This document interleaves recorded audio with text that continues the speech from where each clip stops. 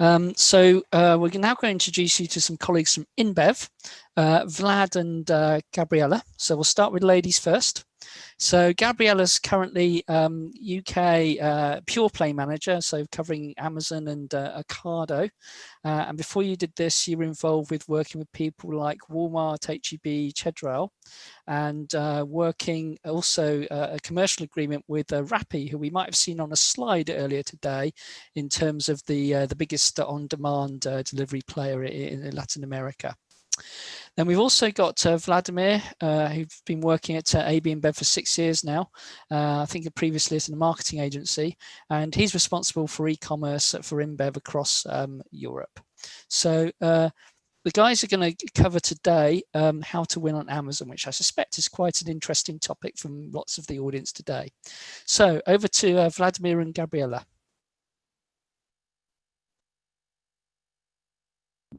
Thank you, Francis. And yeah, definitely very interesting topic. When my digital shelf asked us to speak specifically on this, we found it very interesting. But I would not tell you that, you know, we as everyone have already a ready recipe for this one, but we are more than happy to share our reflections on working with Amazon and making the category grow together.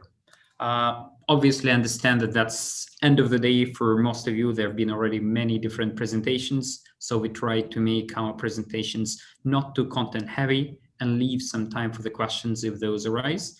And on that note, pretty much let's kick it off. So first of all, as a quick introduction to AB InBev as a company and eRetail as the team that we both happy to represent here with Gabi. AB InBev, for those of you who haven't heard about the company in much detail, is the biggest brewing company in the world, which accounts for 1 out of every 4 beers produced and drank in the world, being one of the top 5 CPG companies globally, and also the owner of the most valuable alcohol brand, which is a Budweiser. And obviously, being such a big global company, AB InBev couldn't be far away from the global trends, and one of those is definitely the rapid expansion of e-commerce in the grocery as well. And as a reaction to that, AB InBev created e-com dedicated team. Part of that is the eRetail, which we define as partnerships with anyone selling beer online. And I was very fortunate to lead the AB InBev eRetail team in Europe for almost 4 years now, pretty much since the moment that it's all started. And when we started this journey, we came up with a mission to accelerate online growth through innovative partnerships to fulfill current and future consumer needs, which I believe is good motivation, not only for us, but also for our retail partners. And then we started to build the team, as it was a very new capability for the company. We focused on getting the people with the right entrepreneur spirit, making sure that we have really diverse talent pool in the company. And obviously we needed lots of the e-com expertise, which we gathered across internal team and some of the external hires. And we are quite fortunate to benefit from the number of direct-to-consumer operations that EBI has also found up and created. And we've been on a journey to deliver lots of the project together with our team partners across the retail. But why e-commerce is so important and why beer is important for online? So we do believe that this is definitely a big incremental opportunity overall. And as beer has been growing, pretty much doubling every year for the last few years globally, and we do expect that this trend will continue, especially given the current situation and implication of e-commerce. However, we see that there is quite a lot of unaddressed demand, as we see a big percentage of the in-store grocery shoppers reporting that they would like to buy beer online, but only every 5th of them is actually doing so. So there is a big gap and a good opportunity for everyone, we believe. And then finally, the beer is expandable category. So we do believe that in many of the markets, there is an opportunity to increase the consumption per capita, obviously in the responsible way, by increasing the number of the trips and the beer basket. At the same time, the big question within the company has always been whether online sales are fully cannibalizing the in-store sales, or this is incremental to the category. And we have done some work on researching this topic. And currently, we do believe that there is an increased impact for the category overall from the fact that people are starting to shop online as with bigger baskets, as you know, and potential edit frequency as well. And finally, for the consumer, the beer is really made for online. So it's not perishable, it's quite heavy, and it's brought in bulk, which obviously creates quite some challenges for the retailers and ourselves, but very convenient for shoppers to get it online. At the same time, and this is the slide that we have created a couple years ago, but I really love to show it now in this special year of huge acceleration that we see. We've been talking for years about the fact that online grocery should be reaching this tipping point that has already been reached by some other categories like toys, small appliances, auto parts, and at the moment, then it will hit around 8 to 10 to 12 percentage points of total sales. It will accelerate further, and actually during this year we do see that online grocery is hitting this benchmark. And that again gives us the reason to be quite optimistic about the growth of the channel going forward. And obviously, Amazon has always been one of the biggest partners in the e-commerce overall. And I would like to hand over to Gabi to talk a little bit more about it. Yeah, thanks, Vlad. So as Vlad just said, it's no secret to anyone that online has accelerated, especially this year. And Amazon is a key player in the disruption on the online channel. So it shows in the graph following, it shows a continuous growth for the past 4 years, and we just expect this to get even bigger, right? Now, Amazon has not only become a trusted place to shop, but it has also become a trusted place to consult. Amazon is a go-to destination for people to search for a product. They trust their reviews, they trust the recommendation, and they trust more the product if it's listed in Amazon. However, when it comes to groceries, Amazon is still a new player. So we've seen the evolution in this channel with like the partnership in the US that they have with Whole Foods.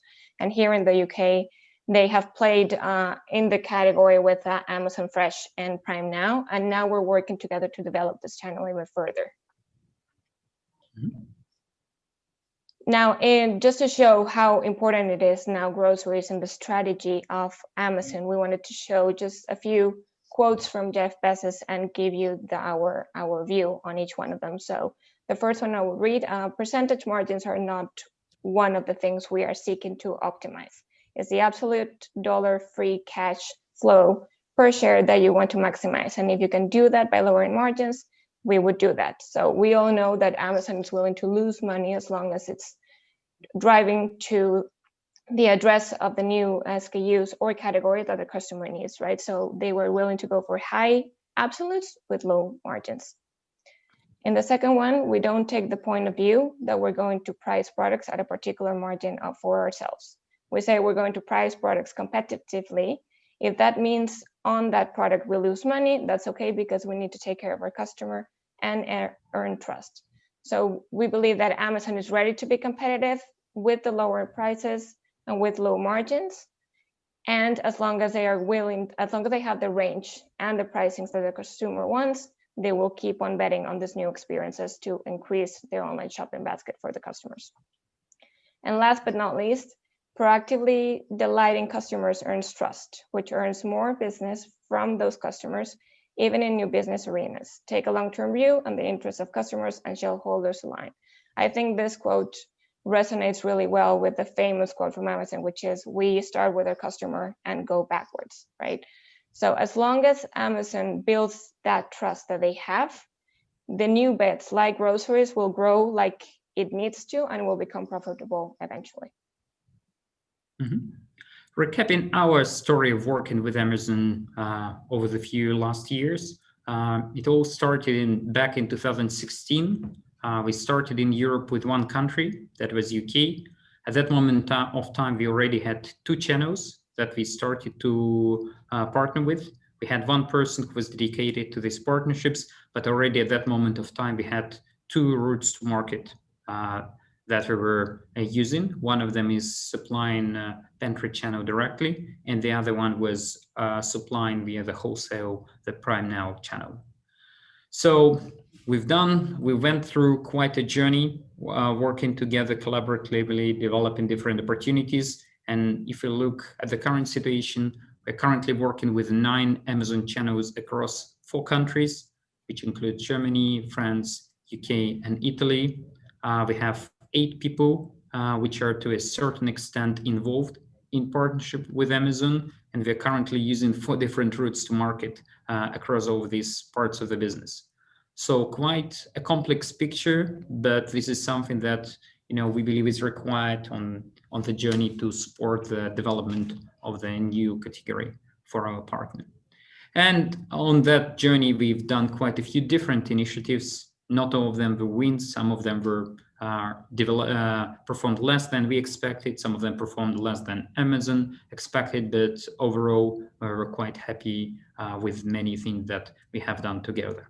And those, obviously, there have been a number of the bespoke media and brand activations, all the way from delivering our beers cold with the ice and lime for the Corona ritual, all the way to the celebrating the World Cup 2018 with Budweiser in UK and England team, and all the performance that we've done to sample the new products in the channel and many other activations. Obviously, we also tried a number of the product initiatives, such as this bespoke 30-pack with sourdough that we have created as a test and learn for Amazon.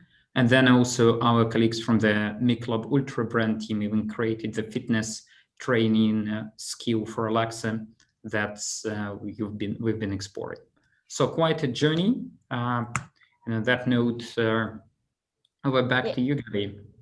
Yeah, so talking about UK specifically, up until the beginning of the year, we were playing on the 4 channels that Amazon has to address different shopper missions. So we were in pantry, which is wider range, made for less frequent purchases and more stock-up driven decisions. Then we were in amazon.co.uk. This is the everything store where you find the differentiated products, and you can be part of either at 1P or 3P, depending on your strategy. Then Amazon Fresh, right, addressing more frequent purchases for weekly or bi-weekly buyings. And then last but not least, Prime Now, right? So the non-planned impulse purchase required for the moment. Now, Amazon has changed their strategy of these channels to address this demand and the evolution of groceries. So in June, they decided to eliminate pantry and moving everything into core. And in June, they also announced that they will be focusing on a hybrid grocery model, as they call it, in which they're going to combine the capabilities of same-day delivery, which they have in Fresh, and then the range of delivery in Prime Now, which is across the 24 cities. So we made these changes in the channel, and now as of July, we are in the 3 channels that they have right now, which is Core, Fresh, and Prime Now. Now, we know that Amazon has been a key partner in terms of growth that has accelerated their sales at the same level of category before COVID. Now, with COVID, we see here, we want to show you, when we look at beer specifically, the category has accelerated massively from December until June of this year. Amazon, with the changes of these channels and the restructure that we've done, they have also had a quite big impact in the growth of beer. If you could put the next one, please. However, they are still a little behind the category. So we wanted to share with you some of the strategies that we've done to address this and get Amazon to the growth of category. Mm-hmm. So one of the challenges we have with Amazon is the complexity behind supply operations. Amazon does not work like other retailers, so we need to address things differently with them. So I'm going to show you 2 examples that we've done this year. So the first one is, it's a route to market change. So Amazon Fresh and Prime Now was before delivered through BeerHawk. BeerHawk, from those of you who don't know, is our own retailer of craft beers that we have. So we did the whole operational logistics through them, because 3 years ago when we started off, the volumes were smaller, so it was more manageable to handle it through BeerHawk. Now this year, 3 years later after opening Amazon Fresh and Prime Now, the volumes are much bigger, the demand was higher. So we made the decision that to be able to crush this demand, we would move the route to market from Beer Hub to ABI and add Amazon Fresh and Prime Now to the logistics that we had with Pantry. This has led to a mutually aligned supply routine where we can deliver higher volumes less frequently to a limited amount of fulfillment centers, and it has simplified the supply chain for both of us, both Amazon and us. The second test that we're doing now is Amazon Vendor Flex. So we started off with Italy at the beginning of this year, and 11 weeks ago, we launched in the UK. For those of you who don't know about Vendor Flex, basically it's Amazon fulfilling the orders from supplier warehouses. So we have given Amazon a space in one of our breweries. We have a person there from Amazon, and what they're doing is we deliver to this space, and Amazon gets to do the specifics around the picking and packing. This has led to being able to manage in a more agile way the process of the orders. Now, we're showing the first results of the last 10 weeks, and the results have been pretty good. So overall, since week 31, which was right before we launched, until 2 weeks ago, the category in Amazon has grown 33%, and we have grown 88%, so it looks very promising. So passing to the takeaways that we wanted to share with you. First of all, we do believe that Amazon has a long-term strategic role for the online grocery, and we do believe that the right partnership can be and would be mutually beneficial. The second one is Amazon will definitely accelerate your growth, but it does need to have a certain alignment between internal stakeholders of your company and the resources behind. That way you will be able to address the demand accordingly in the different channels that Amazon has. Definitely. And then obviously another learning that we have taken from our side is that working with Amazon is quite complex, as Amazon exploring the different opportunities, the different routes to markets, the different configuration of the channels. The suppliers that want to win together with Amazon need to be ready to provide this additional support and partner really closely to make sure that this growth would be delivered in this partnership. So on that note, this was pretty much the final slide with the takeaways from our side, and we are happy to take any questions that you have. Great, thank you very much, Vladimir and Gabriela. So we do indeed have a few questions. So if I can just get them to come. So first question, what is your view on why 20% of grocery shoppers say they would buy, but only 4% actually end up buying? Sorry, can you repeat, please? Yeah, what is your view on why 20% of grocery shoppers say that they would buy, but only 4% end up buying? That's a very good question. So first of all, we've really deep dived into this topic. And one of the things that we discovered, first of all, at least before the COVID, many people were not even aware about the opportunity to buy online.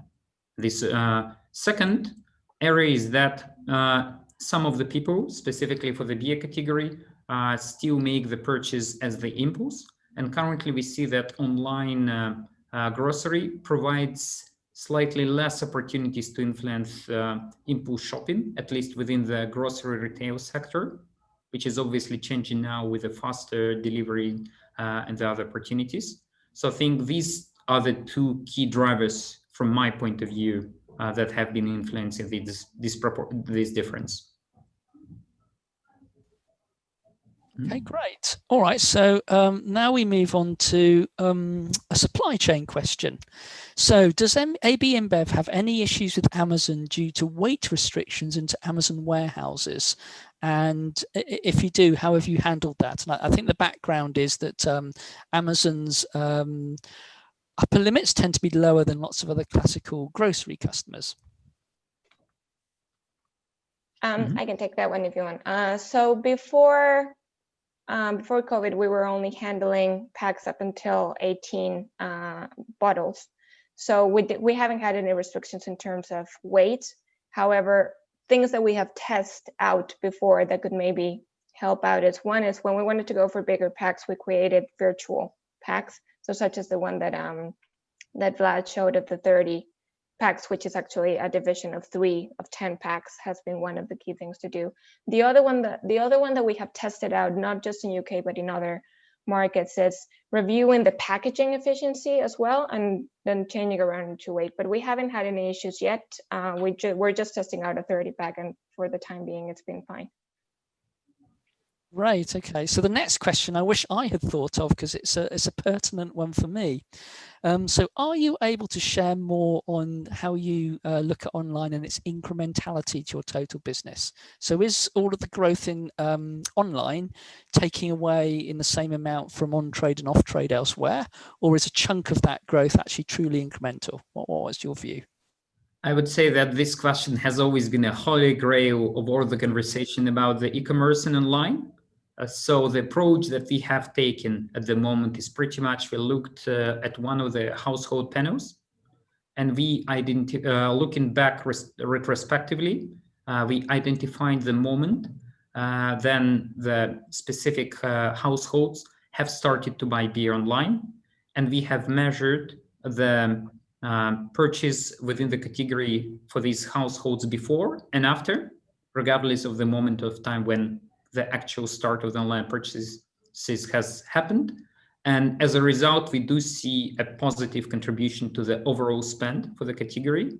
And this is what gives us the basis of saying that we see this incrementality. Okay, great, thank you. Let's see, how important has range differentiation been in contributing to your 88% growth on Amazon? Gabi, I think this one is for you. I'll take that one. Okay, so the 88% growth has been part of the transition of pantry to core, right? So we extended the range when we changed. Now, in terms of differentiation, we do have pretty much the best sellers that we know across retailers and off-trade in Amazon. What we are differentiating against is some larger packs and some mixed cases with craft beers specifically. So it hasn't been the contribution accelerated on the differentiated assortment yet, but we are testing out some different packs that could contribute to online and would be more relevant to online, such as bigger packs, for example, that we know they over-index.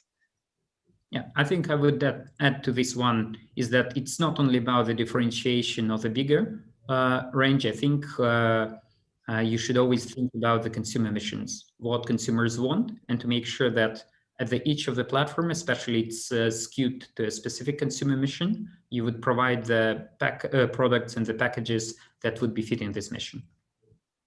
Great. So I think we spurred on a few more supply chain related questions, which is great. So on your vendor flex operation, have all of your items that are within that needed to be ship-in-own container certified? And so that everybody's aware, ship-in-own container basically means Amazon stick a label on it and then it can go through the sortable or non-sortable network directly without any further outer packaging. Mm-hmm. So Amazon actually does the change in the packaging within our breweries at the moment. So we deliver to them as we take out from the production line, and then they are the ones that implement this change of the own containers that they need in terms of the packaging itself. Yeah, shipping the own container, I believe, is a separate initiative that may be included into the vendor flex implementation and may not be implemented included into this one. Mm-hmm. Okay, all right. So for the questionnaire, it sounds like Amazon themselves are still doing some manipulation of the stock you provide to them. You are not creating at this point a pack deliberately made for shipping their own container. Maybe that comes in the future, but right now, at the moment we just we deliver for this. All right. So final question, because I'll have to pay attention to the clock. Have you experienced any shortage issues? And if so, did Vendor Flex help you at all in creating any solutions to that? Well, we've experienced it before just due to the demand that we had in terms of production and accelerated sales this year. Now with Vendor Flex, it does help out because we are able to review the stock before, right? So you implement the stock with the key SKUs that you will have from a forecast that you build with Amazon. And then from there on, whatever it is that you can plan ahead, you put it into your own space of the warehouse, and then you can address it. So yes, it's only been 10 weeks. So the first thing we did was build the big stock of all the SKUs. So we haven't seen any out of stocks or shortages until now. Brilliant. And with that, we're going to have to close the session. So thank you once again, Vladimir and Gabriela.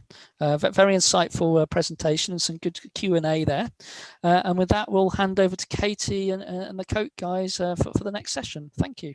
Thank you very much. Thank you very much. Good day.